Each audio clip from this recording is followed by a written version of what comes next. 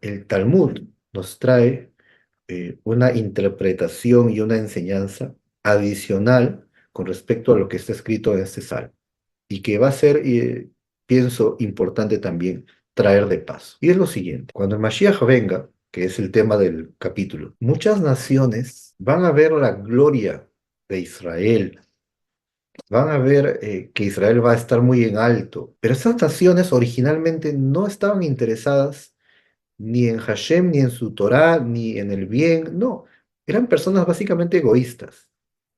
Pero al ver que el Mashiach vino, ellos van a querer ser parte del pueblo de Israel, pero por conveniencia, no con un sincero deseo de aprender la Torá, sino que van a querer congraciarse y estar a favor, pero tan solo por intereses personales, no por convicción real que la Torá es la verdad. Y cuenta el Talmud que ellos van a buscar convertirse cuando el Mashiach venga, van a buscar convertirse con esas intenciones, con esos intereses equivocados. Y se van a colocar tzitzit, que son los flecos. Se van a colocar también tefilín, que son las cajas negras con unas correas. Y que eso alude el versículo también. Las correas de los tefilín y las sogas de los tzitzit, que vienen a ser hilos que se amarran, se hacen como un tipo de sogas. Y a eso alude el versículo que dice, cortemos sus correas y echemos las sogas. ¿Qué va a pasar? Que ellos van a buscar al Mashiach y van a querer unirse al pueblo de Israel, pero por conveniencia. Y lo van a hacer.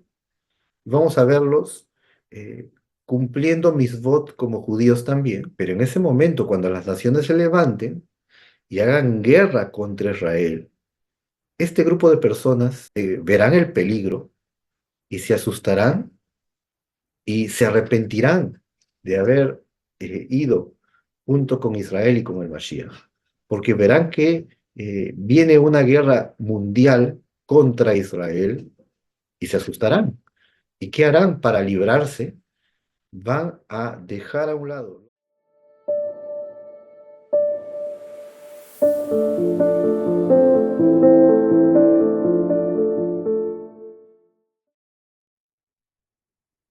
Shalom a todos, bienvenidos nuevamente a nuestro canal Torah y Judaísmo. Estamos ahora en el capítulo 2 del libro de Tehilim. Antes de comenzar, debemos decir que el primer capítulo no dijimos quién fue el autor, porque en el primer capítulo no aparece el nombre del autor. También en este segundo capítulo no aparece. Sin embargo, la transmisión oral que se encuentra en el Talmud nos dice que el autor, tanto del primer capítulo del libro de Tehilim como de este segundo capítulo, es el rey David. Es decir, podríamos suponer que había sido el rey David, pero no estaba escrito el nombre, porque en todos los salmos que vendrán aparece generalmente en la mayoría el autor, pero en este no apareció en el primer capítulo y también en el segundo no aparece el nombre. Es la tradición oral la que nos dice que fue el rey David. Eso es para iniciar este segundo capítulo. Pero también hay que decir que la transmisión oral nos cuenta también que en realidad a la hora de recibir el rey David la inspiración divina, él compuso un solo salmo, pero este salmo fue dividido en dos partes. Es decir, que el Salmo 1 y el Salmo 2 en realidad era un solo salmo. Sin embargo, fue separado en dos capítulos distintos, porque el tema a tratar en el primer capítulo o en la primera parte del salmo completo, el primer capítulo traía un tema específico y la segunda parte del salmo traía otro tema. Y debido a que hay distinción de temas, se hizo la división en dos capítulos, pero a la hora de recibir el rey David la inspiración divina, recibió el escribir un solo salmo que comienza con dichoso el hombre y termina al final del capítulo 2 donde dice dichosos todos los que confían o los que se refugian en el Creador. En el primer salmo, David fue inspirado a hablar de el elogio del varón o de la persona valiente que se aparta del mal y se apega al bien. Sin embargo, el asunto del reinado de la casa de David y de la razón por la cual el rey David está presente y vino a este mundo, cuál fue el propósito y la misión del rey David en la historia del pueblo de Israel y en la historia de la humanidad en sí, tiene relación con el tema del bien y el mal, pero en el contexto de reinado. La misión tanto del rey David y de sus descendientes, como de todo el pueblo en conjunto, era cumplir siempre la Torá e incrementar el bien y que esto se extienda a todas las naciones y también acepten y reciban su Torá y caminen en las leyes divinas. Las naciones, en las leyes para los Bene Noach, que son 7 principales, junto con derivados. Todo esto que proviene de la Torá oral, por supuesto. Bien, habiendo aclarado estas cosas, vamos a ingresar Bezrat Hashem al estudio del segundo capítulo del libro de Tehilim. No te olvides de suscribirte si aún no lo has hecho a nuestro canal Torah y Judaísmo. Somos Noajidas, Am Israel y Sabiduría Judía. Bien, vamos a comenzar. Nosotros vamos a mostrar el texto de los Salmos junto con una traducción. Si esta traducción que nosotros presentamos difiere un poco de la traducción que usted posee en un libro de Tehilim, por supuesto un libro correctamente traducido por rabinos ortodoxos, pero si nuestra traducción, la que presentamos, es un tanto diferente, no se preocupe, porque la que nosotros presentamos lo hacemos para enfocarnos en el estudio que estamos llevando solamente. Así que no hay ningún problema con una pequeña diferencia en alguna palabra. Bien, comencemos el Salmo 2, Bezrat Hashem. El Salmo 2, el versículo 1. Lama ragishu goim, ul umim yegurrik. ¿Por qué se aglomeraron las naciones y los estados meditan vanidad? Versículo 2. Y Yatsevu Malchei Eretz, se enfrentarán los reyes de la tierra, Verrozenim Nosedu Yahal, y los dignatarios conspirarán juntos, al Hashem, contra Hashem, al Meshijo, y contra su ungido, que también podríamos traducir contra su Mesías o contra su Mashiach. Versículo 3. Venateká et moserotem, cortemos sus correas. Venashlija mimenu abotem, y echemos de nosotros sus obras. Versículo 4. Yoshev Bashamayim Ishak, el que mora en los cielos, se reirá. Adonai Ilak Lamo, mi Señor se burlará de él. Hemos leído todos estos versículos para entender de manera básica el contexto de todo lo que se está diciendo. Entonces, de manera fundamental, el contexto es el siguiente. La inspiración llevó al rey David al momento en el cual él fue coronado rey. En ese momento se enteraron las naciones de alrededor de Israel, principalmente los filisteos, que eran los enemigos constantes de Israel. Y ellos se reunieron para ir a pelear en contra de David. Ese es el punto inicial de la inspiración del tema de este salmo. Es decir, todo comienza con la coronación del rey David. Porque una vez que el rey David inicia su reinado, de inmediato las naciones alrededor despertaron para ir en contra de él. Y por eso está escrito que el rey David tuvo muchas guerras. Desde el primer momento en que el rey David toma el reinado, recibe oposición de las naciones que se encuentran alrededor. Ese es el tema principal de la inspiración divina hacia el rey David al escribir esta segunda parte, este segundo capítulo.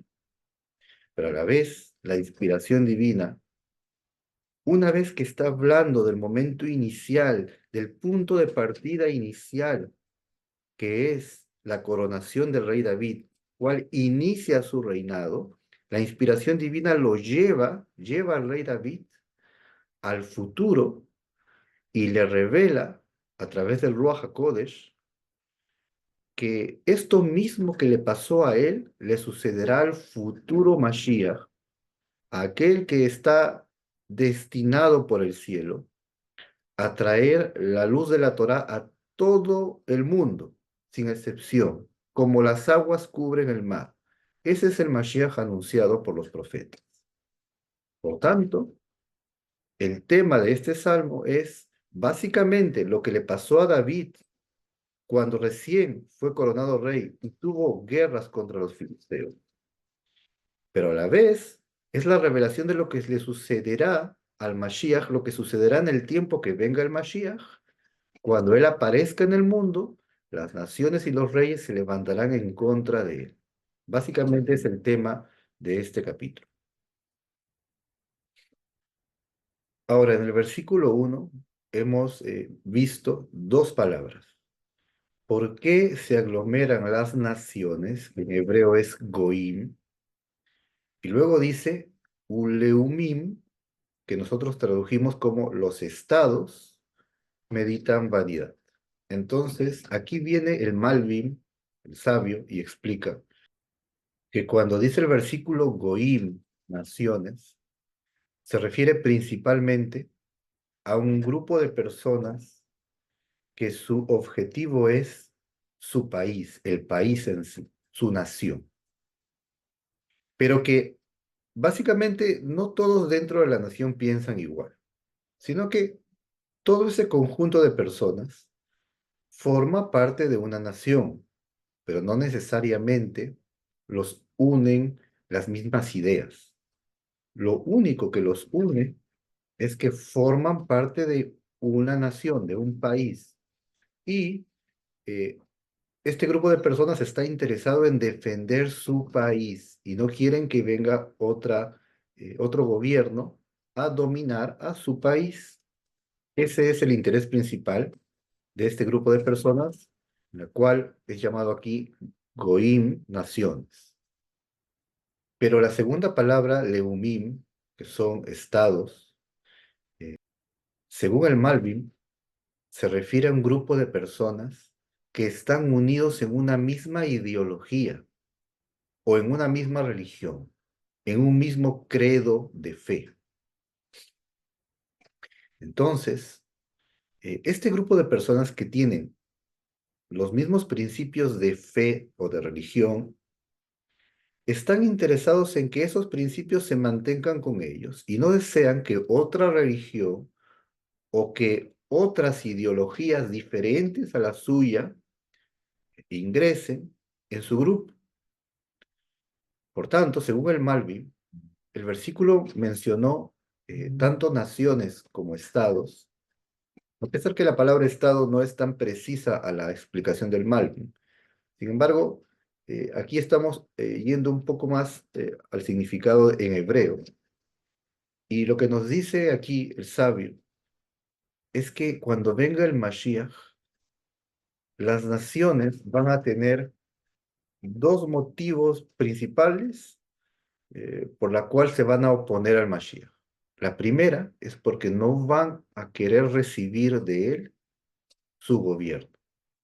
No quieren que sus propios países se sometan al gobierno del Mashiach. Eso no lo van a aceptar ellos. Y allí estarán interesados en el asunto de nación, como país. Ellos quieren mantenerse independientes y no someterse al reinado del Mashiach, que será un reinado mundial. Así lo dijeron los profetas. Pero también este grupo de personas de las naciones que se van a oponer al Mashiach, también se opondrán no solamente por un tema de gobierno, sino por estar en contra de la ideología que el Mashiach va a presentar, que es la misma Torah.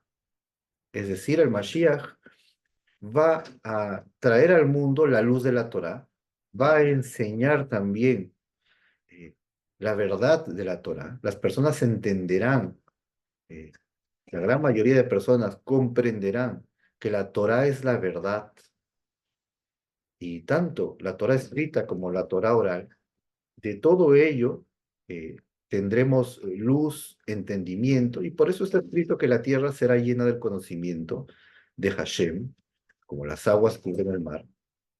La gente entenderá, no habrá necesidad que uno enseñe a su prójimo, como dice otro profeta. Es decir, habrá un pleno entendimiento de la Torah. Y esto es lo que el Mashiach va a traer, porque recordemos que el Mashiach viene a ser un rey en Israel según los dictámenes de la Torah, tal como está escrito en el libro de Devarim, de Deuteronomio, las leyes del rey de Israel. Todo lo que hará el Mashiach será basado en la Torah escrita y la Torah oral. Por tanto, lo que él viene a traer al mundo es un mundo basado y fundamentado en la Torah. Y esto no les agradará a una gran parte de personas, que ellos han adoptado para sí ideologías propias, pensamientos propios, y en muchos casos religiones propias, la gran mayoría de religiones basadas en la idolatría o en el error. Por estas dos cosas las naciones se levantarán contra el Mashiach, para ir en contra del gobierno del propio Mashiach y para ir en contra de las ideas, de la fe que va a traer el Mashiach. Por eso el versículo dice al inicio, ¿por qué se aglomeraron las naciones? Lama Rageshu Goyim. Entonces, aquí se entiende mejor. Se aglomeran este grupo de personas para defender su territorio y no querer que el Mashiach tenga dominio en su país. Solamente para eso. Y luego dice, Uleumim y los estados o este grupo de personas que están unidos por la misma ideología o religión. Uleumim. Yegurik, que significa van a meditar, meditan cosas vanas. Entonces al segundo grupo, el versículo dice sobre él, sobre el segundo grupo, que ellos se reúnen meditando, es decir, pensando en su interior cosas vanas. Y esto se refiere a las ideologías.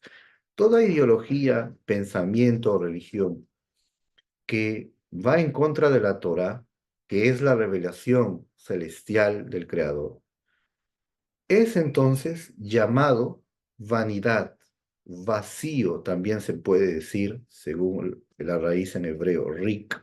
Es algo vacío, vano, muy simple, porque es verdad que el Todopoderoso nos ha dado inteligencia, entendimiento para pensar, para meditar, para reflexionar cuál sería el mejor camino que podríamos llevar nosotros. Pero una cosa es cierta también, el Todopoderoso ha revelado su Torá y su Torá es la verdad de aquel que nos creó.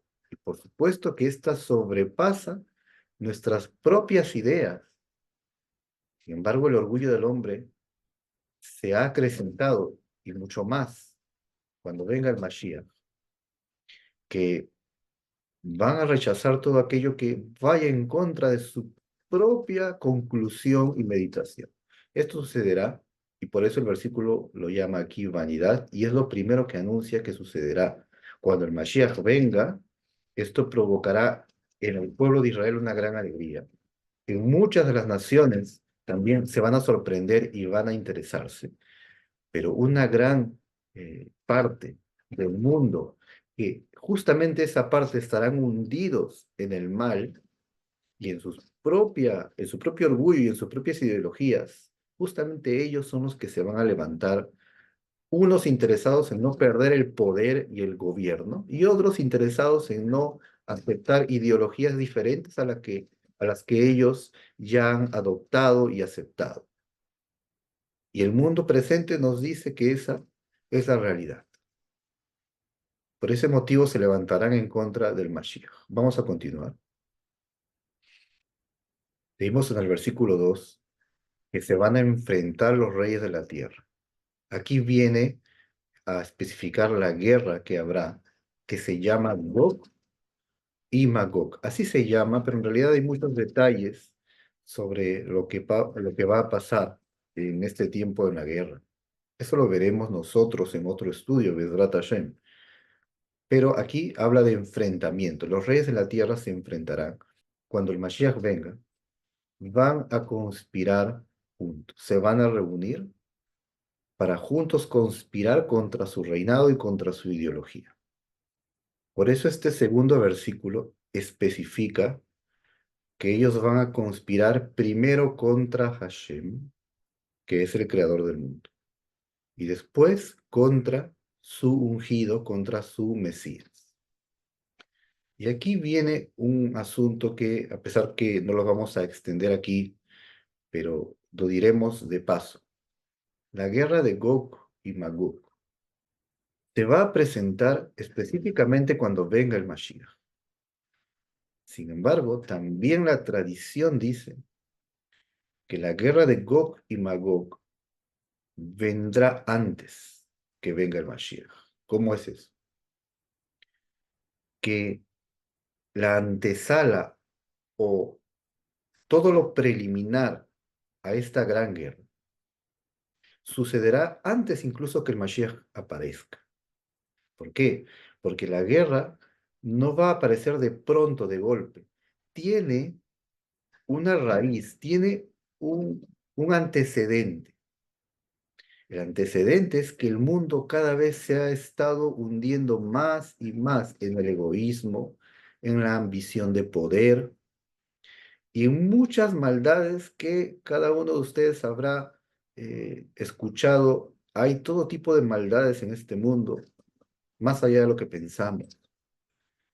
Y estos antecedentes van a llevar a que una parte de la humanidad definitivamente no solamente que no aceptará el Mashiach, sino que va a conspirar contra él. ¿Cuáles son estos antecedentes? El versículo lo dice, que se levantarán o conspirarán primero contra Hashem. Ese es el principal problema que va a traer como consecuencia la guerra de Gog y Magog. Que antes de ello, las personas van a estar en contra del propio creador del mundo.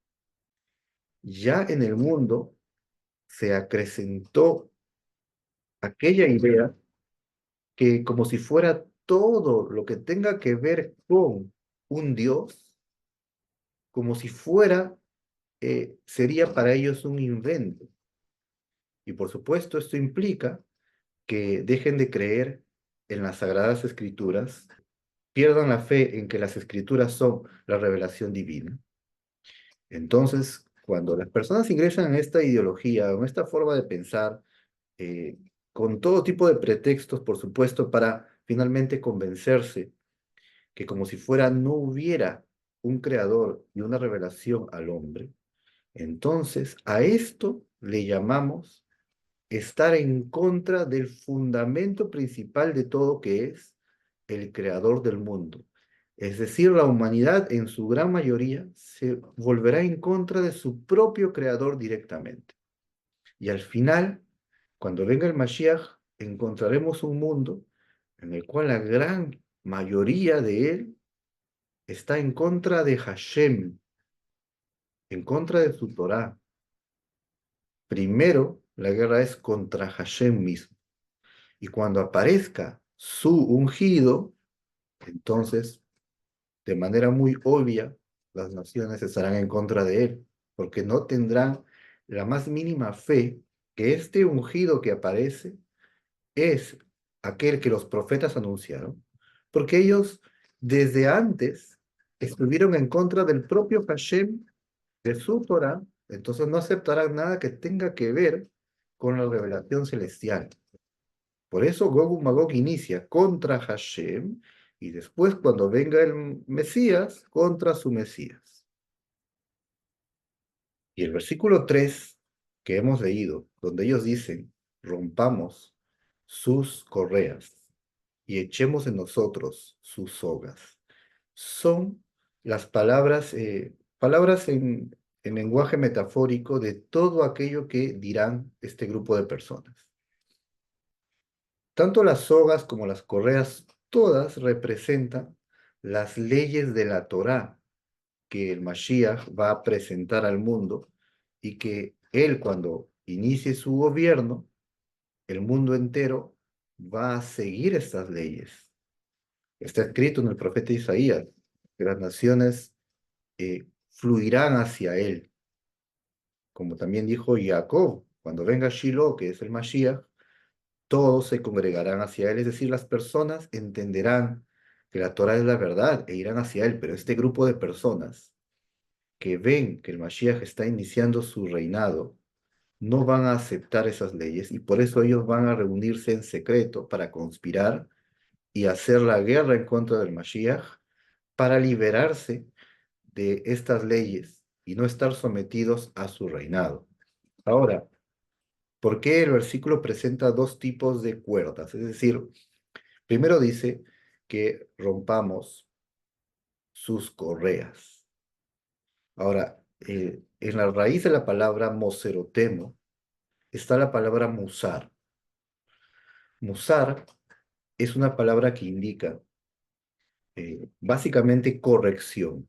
Musar básicamente indica corregirse como persona. Y esto alude a las buenas cualidades que una persona debe tener, es decir, la humildad, el buen carácter, etcétera.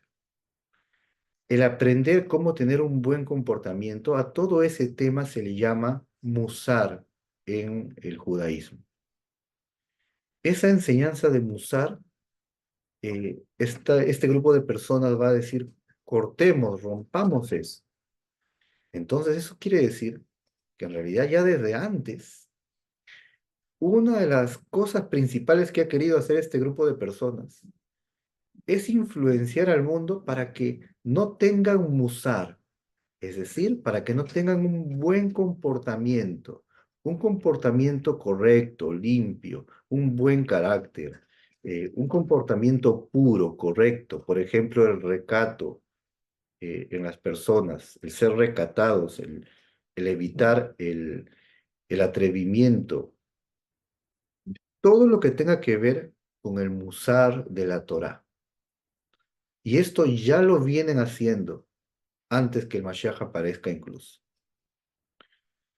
Por otro lado, también estas correas que aparecen en el versículo son cuando queremos atar con correas. El atado es fuerte, pero no tan fuerte como las sogas. El versículo habla de correas y de sogas. Cortemos sus correas y echemos de nosotros sus sogas. Soga es más fuerte. Esto alude también a los mandamientos de la Torá.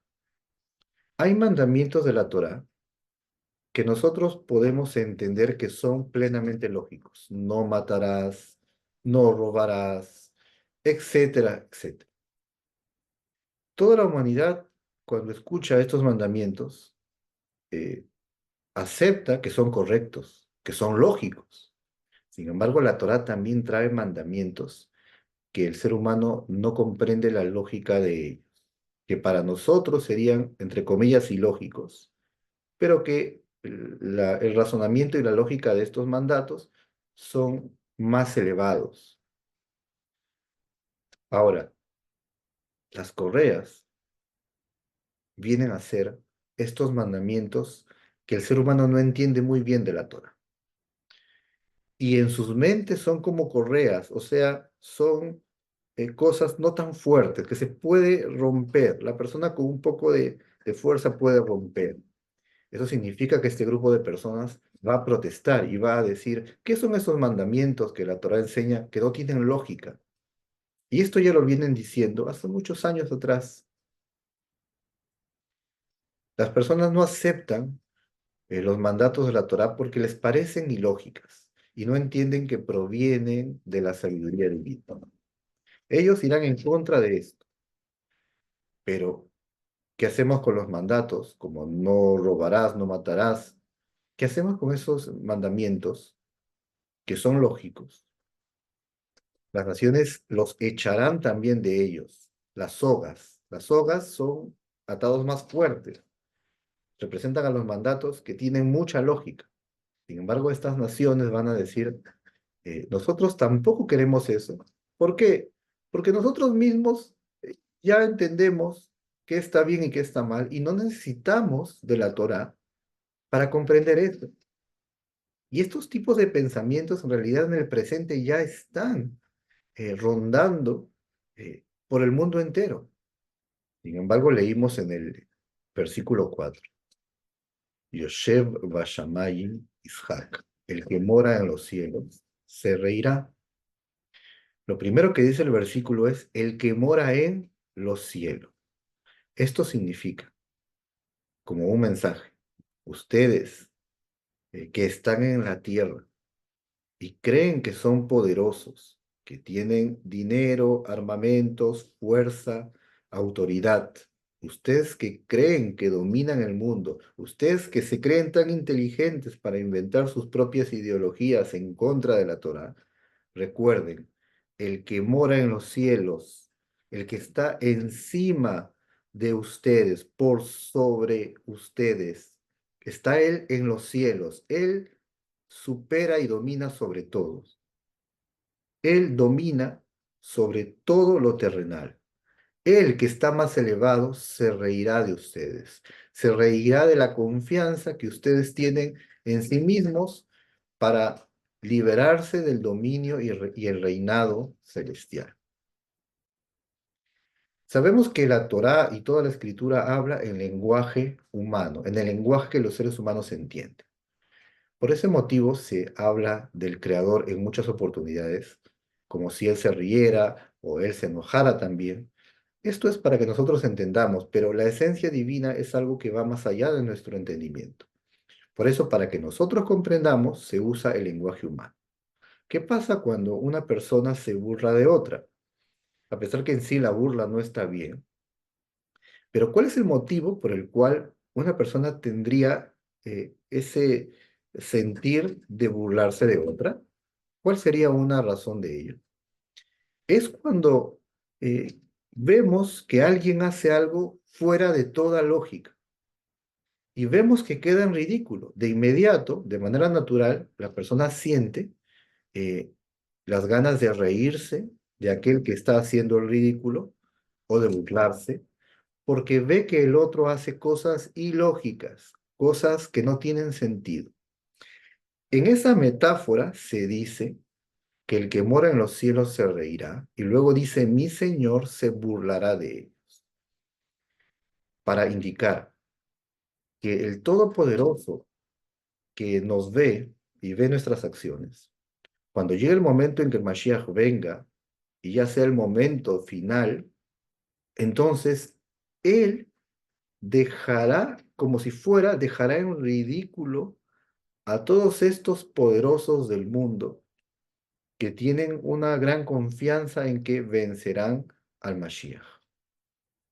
El Eterno hará que ellos queden en ridículo, es decir, que las personas se rían de ellos.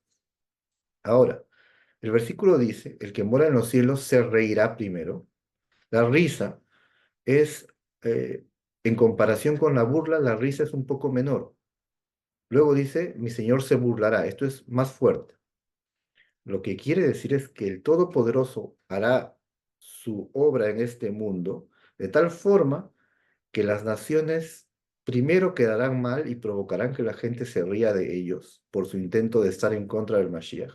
Pero luego caerán más y más, eh, que la gente terminará burlándose. Es decir, que un sentido del versículo no es básicamente que el propio Creador se reirá, sino que Él hará que los demás vean el ridículo que ellos hacen y se rían y se burlen también, porque cuando llegue el tiempo del Mashiach, toda la paciencia que el Todopoderoso ha tenido con el mundo y no ha castigado de forma directa y rápida, estamos hablando, sino que los castigos han ido viniendo al mundo de manera diferente, pero vemos que la persona que peca generalmente no recibe de inmediato el castigo. No es que una persona peca y de pronto viene un rayo y lo castiga. No, no es así. Sino que todo va en otra velocidad. Hay un tiempo de paciencia, luego viene un tiempo de castigos, pero cuando ven el tiempo del Mashiach, entonces allí llegará el momento de la retribución directa a la humanidad. Y todo aquel que esté en contra del bien en esa época verá el castigo de manera directa y rápida. Y también hemos visto en el versículo que dice, el que mora en los cielos se reirá. Mi Señor, aquí enfatiza el término de adnut en hebreo, de señorío. Dice, mi Señor se burlará de ellos. Burlarse es algo más fuerte, como dijimos. Y esto indica que llegará el momento, en el tiempo final, cuando venga el Mashiach, que el Todopoderoso mostrará su señorío y mostrará que Él es el dueño, porque esta palabra indica también el término adnut, indica ser dueño y señor de algo. Entonces, el mensaje es, yo soy el dueño del mundo y ahora todos verán mi señorío. Ahora, el Talmud nos trae una interpretación y una enseñanza adicional con respecto a lo que está escrito en este salmo y que va a ser, pienso, importante también traer de paso. Y es lo siguiente, cuando el Mashiach venga, que es el tema del capítulo, muchas naciones mm, van a ver la gloria de Israel, van a ver que Israel va a estar muy en alto. Pero esas naciones originalmente no estaban interesadas ni en Hashem, ni en su Torá, ni en el bien, no. Eran personas básicamente egoístas. Pero al ver que el Mashiach vino, ellos van a querer ser parte del pueblo de Israel, pero por conveniencia, no con un sincero deseo de aprender la Torá, sino que van a querer congraciarse y estar a favor, pero tan solo por intereses personales, no por convicción real que la Torá es la verdad. Y cuenta el Talmud que ellos van a buscar convertirse cuando el Mashiach venga, van a buscar convertirse con esas intenciones, con esos intereses equivocados. Y se van a colocar tzitzit, que son los flecos. Se van a colocar también tefilín, que son las cajas negras con unas correas. Y que eso alude el versículo también. Las correas de los tefilín y las sogas de los tzitzit, que vienen a ser hilos que se amarran, se hacen como un tipo de sogas. Y a eso alude el versículo que dice, cortemos sus correas y echemos las sogas. ¿Qué va a pasar? Que ellos van a buscar al Mashiach y van a querer unirse al pueblo de Israel, pero por conveniencia. Y lo van a hacer. Vamos a verlos cumpliendo misvot como judíos también. Pero en ese momento, cuando las naciones se levanten y hagan guerra contra Israel, este grupo de personas verán el peligro y se asustarán y se arrepentirán de haber ido junto con Israel y con el Mashiach, porque verán que viene una guerra mundial contra Israel y se asustarán. ¿Y qué harán para librarse?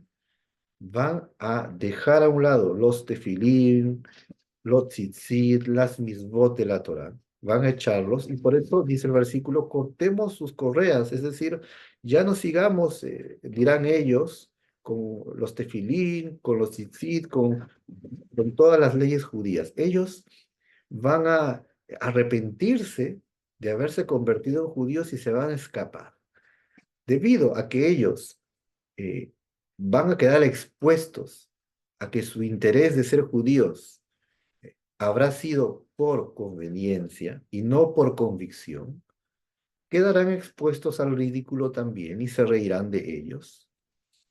Y a esto también se refiere que el Eterno se reirá o hará que queden expuestos a la risa de los demás. Ahora el versículo 5. Az yedaber elemu beapó. Entonces les hablará en su ira, ubajaronó yevahalemu, y en su furor los confundirá. Entonces, cuando estas naciones vengan en contra del Mashiach, se despertará la ira divina y comenzarán los castigos justamente dentro de esta guerra. Cuando inicie la guerra, el Todopoderoso también va a intervenir y ellos recibirán castigos directamente del Creador. Y como si fuera, recibirán un mensaje de Él. Por eso dice, les hablará en su ira. Les hablará quiere decir, les dará un mensaje. ¿Cuál es su mensaje? Yo soy el dueño del mundo y ahora vean lo que haré con ustedes y comenzarán a recibir castigos muy grandes que están escritos también en la tradición oral. Versículo 6. Va'ani nasachti malki, y yo he autorizado a mi rey, al Sion har Kotshi, sobre Sion, el monte de mi santidad. Este es parte del mensaje del Creador a las naciones. Que sepan que yo, el Creador, dice él, he dado autoridad a mi rey, es decir, al rey que yo he nombrado, y le he dado autoridad y lo he nombrado como rey sobre Sión, que está en Jerusalén, sobre Sión, el monte de mi santidad. Versículo 7. Asaperá el Job, contaré el decreto. Hashem Amar Elai, Hashem me dijo, Beni Ata, mi hijo eres tú, Ani Ayom Yelidtija, yo hoy te hice nacer. Dentro de la inspiración divina, mientras David escribía este salmo, como si fuera se detiene en la historia y David dice, de todo lo que está pasando, tanto conmigo, diría David, y lo que pasará con el Mashiach en el futuro. Yo, David, contaré cuál es el decreto del Todopoderoso. Aquí en hebreo dice la palabra Hok. Hok es una ley fija, establecida, es traducido también como estatuto. Proviene del término en hebreo que tiene que ver con grabar o tallar algo y está relacionado con un decreto celestial. David se detiene por un momento y dice, yo contaré el decreto original del Todopoderoso con respecto al reinado que Él me ha dado. Contaré el decreto. Dos puntos. ¿Cuál es el decreto? Hashem me dijo. ¿Cuándo se lo dijo? Cuando vino el profeta Samuel a ungirlo como rey. Y cuando también vino el profeta Natán y también el profeta Gad, cada uno de ellos le fue revelando al rey David el propósito de su reinado y que sería un reinado eterno, es decir, que todos los reyes vendrían de él, finalmente el propio Mashiach también vendrá de él. Todo esto es un decreto celestial. Hashem me dijo a mí, mi hijo eres tú, yo hoy te hice nacer. Por supuesto que esto se refiere a un lenguaje metafórico, porque nosotros ya hemos compartido una enseñanza con respecto a aquello que los cristianos creen erróneamente con respecto al concepto de hijo de Dios.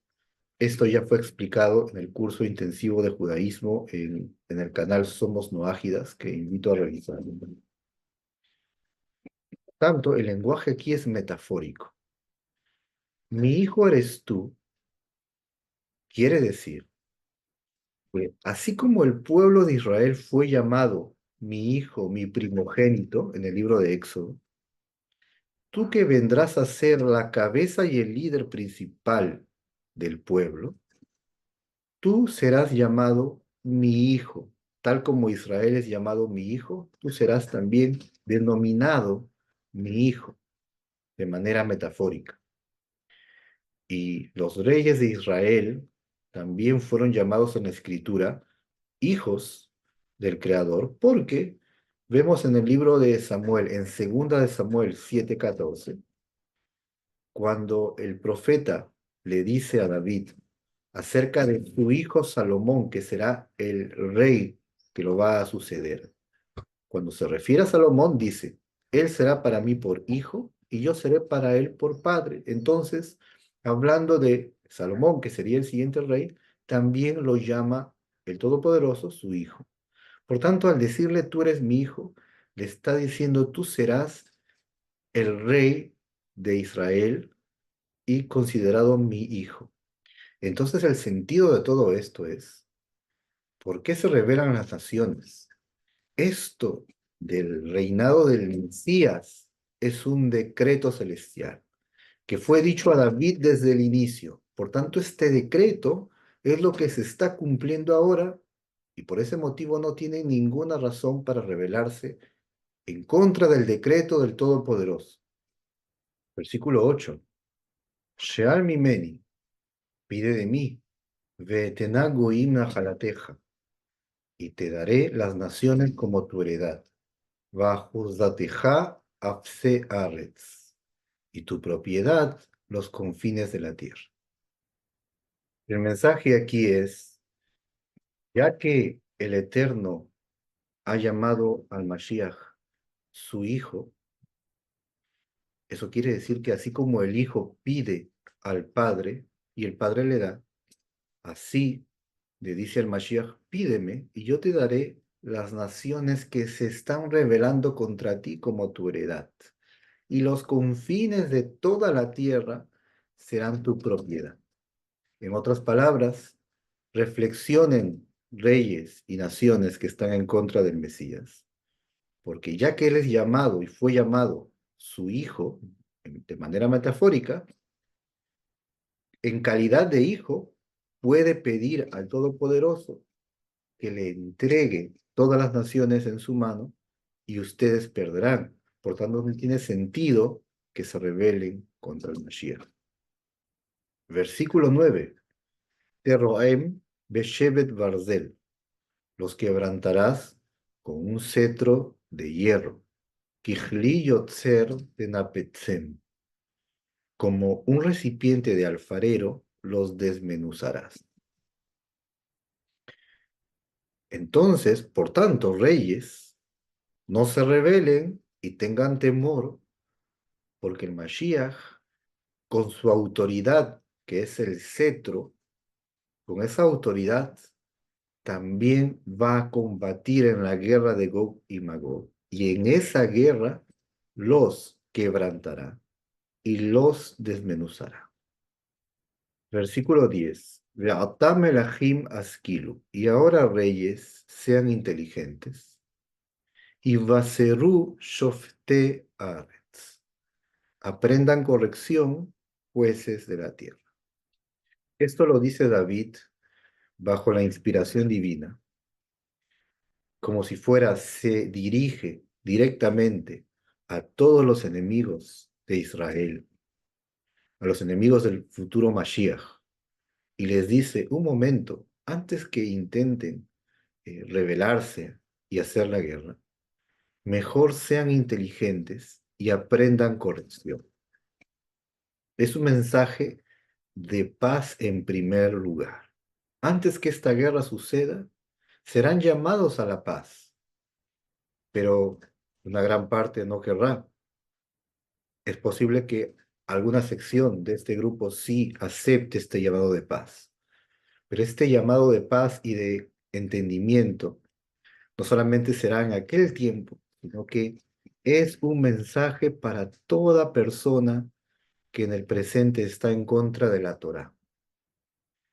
También ellos que se oponen a la Torá, mejor sean inteligentes y no se crean inteligentes por sí mismos, eh, alabándose como grandes académicos que son capaces de entender grandes cosas y llegar a la conclusión que la Torá como si fuera Haz de Shalom no es verdad o son cuentos.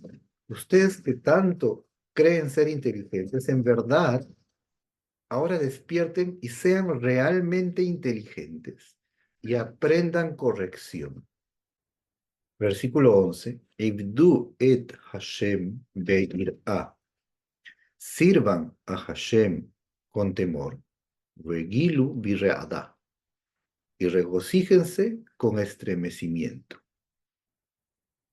El mensaje básico es, ustedes reyes, antes de hacer la guerra, mejor, sométanse al reinado del Mashiach, y si ustedes aceptan el reinado que el Mashiach va a traer, ustedes estarán aceptando el reinado celestial, porque el Mashiach no viene a reinar para sí, viene a traer el reinado del cielo al mundo. Por tanto, sirvan al Todopoderoso y sírvanlo con temor. ¿Por qué con temor?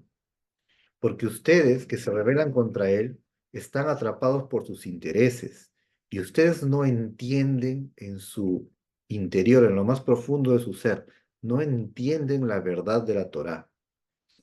Y ya que no la entienden aquí, ustedes necesitan, en primer lugar, aprender a temer y a respetar al Eterno. Primero el temor. Teman a Él, que se va a encender su enojo, como dice, y les hablará en su ira, como hemos leído en versículos anteriores. Tengan temor de esa ira que vendría sobre ustedes si continúan rebelándose e intentan pelear en contra del Mashiach. No esperamos que entiendan la Torá y sus principios de inmediato, pero comiencen teniendo temor de él. Y una vez que vayan comprendiendo poco a poco, luego dice, regocíjense, se van a regocijar después cuando entiendan que en verdad la Torá tenía razón, que la Torá es la revelación verdadera del Eterno, del Creador del mundo. Y allí se regocijarán, pero se regocijarán con estremecimiento de la grandeza y el poderío del Creador. Y también significa esta parte que si ustedes se arrepienten y desisten de pelear en contra del Mashiach, ustedes verán que los demás de sus compañeros sí pelearán contra el Mashiach y vendrá el castigo sobre ellos. Cuando ustedes vean ese estremecimiento y ese castigo que el Creador hará contra sus enemigos, ustedes se regocijarán de no haber ido con ellos, de no haber estado con ellos. Versículo 12. Nashkubar, anhelad pureza, pen enaf, no sea que se enoje, vetovedu derech, y pierdan el camino. Y ib'ar kim'at apu, pues se encenderá por poco su ira. Ashre kol josevo, dichosos todos los que se refugian en él, que también se puede traducir como vimos la vez pasada, no solo dichosos, sino elogiados todos los que se refugian en él. Dichosos y elogiados los que en ese tiempo, cuando venga el Mashiach, se refugiarán en el Creador del mundo. Y habiendo llegado al último versículo, cuando dice anhelad pureza, está indicando, ustedes reyes, en primer lugar, desistan de pelear contra el Mashiach, pero no vayan a someterse a su reinado con engaños exteriormente, pero por dentro sigan con el odio hacia la Torá, hacia el bien, hacia el reinado de lo bueno. No, sirvan al Eterno con temor, teman que Él traería su castigo, pero a la vez, no solamente externamente y por dentro seguir odiando el bien, no hagan eso, sino que anhelen purificar su corazón. Ese es el significado de esta sección que dice Nashkuvar, anhelad pureza, ya que la tierra será llena del conocimiento del Todopoderoso. Ustedes también den su corazón y sus oídos y su mente para comprender la verdad y así purificar su corazón. Porque si no lo hacen y se someten externamente al Mashiach, pero por dentro siguen teniendo pensamientos de odio e incluso un deseo de volver a rebelarse, entonces el Eterno se va a enojar. Por eso dice aquí, no vaya a hacer que se enfurezca, que se enoje y pierdan el camino. ¿A qué se refiere con pierdan el camino?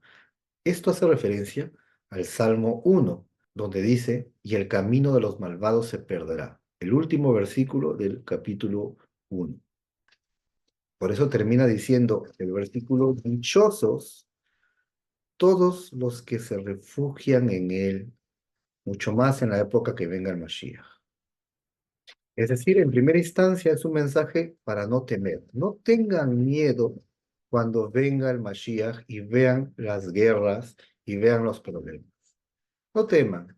Lo que hay que hacer, lo correcto que hay que hacer, es refugiarse en Hashem Yitbaraj, en el Creador del mundo. Refugiarse en Él implica rezar a Él, estudiar su Torah, confiar plenamente en Él. Dichoso y elogiada la persona que aprende a refugiarse en el Creador en ese tiempo tan difícil del Mashiach, pero también en todas las épocas. La revelación de este salmo completo que dijimos, que es el capítulo 1 y 2, empieza con dichoso el hombre que se aparta del mal y se apega a la Torá, y termina aquí diciendo dichoso y elogiado la persona que se refugia en el Creador en momentos de tanta dificultad. Entonces aquí tenemos una lección de Torá y Emuná. Necesitamos, por un lado, apegarnos a la Torá, estudiarla, conocer sus principios y vivir bajo aquellos, apartándonos del mal. Pero cuando esta persona ya aprende a vivir estudiando y cumpliendo la Torá, también debe recordar de no perder la fe en momentos difíciles. Y cuando vengan todos estos conflictos con la llegada del Mashiach, y en general, cuando la persona pasa conflictos, lo aleino que el Eterno nos libre, cuando pasa estas cosas, dichosa la persona y elogiada la persona que aprende a refugiarse en el Creador. Dichoso el que se aparta del mal y se apega a la Torá. Y dichoso aquel que no pierda la fe y siempre se refugia en su Creador en todo momento. Hasta aquí llegamos hoy. Muchas verajot a todos. Shalom.